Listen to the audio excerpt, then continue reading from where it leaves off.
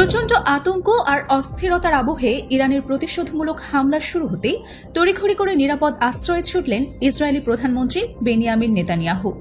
সরকারের সর্বোচ্চ নিরাপত্তা বেষ্টিত বাংকারে ঢুকে পড়েছেন তিনি। সাথে আছেন প্রতিরক্ষামন্ত্রী ইসরায়েল কাটস।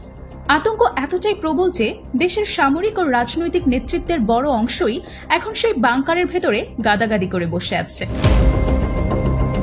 কয়েক মিনিট আগেই ইসরায়েলি সেনাবাহিনী জানিয়েছে, রেড সির তীরবর্তী এলিয়াদ শহরে সন্দেহজনক ড্রোন প্রবেশের কারণে সাইরেন বেজে ওঠে। ওই হামলা প্রতিহত করা গেছে বলে দাবি করেছে আইডিএফ।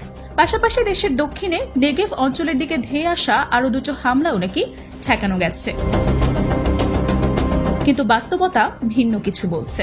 ইরানের পাল্টা আঘাত যেন নেতানিয়াহুর বুকের ভেতর ঢুকে পড়েছে। তাই হামলা শুরু হতেই বাংকারে লুকিয়ে পড়েছেন তিনি। একজন ইসরায়েলি কর্মকর্তা স্বীকার করেছেন, বাংকারের মধ্যে বসেই পরিস্থিতি নিয়ে আলোচনা চালাচ্ছেন নেতানিয়াহু ও কাটস।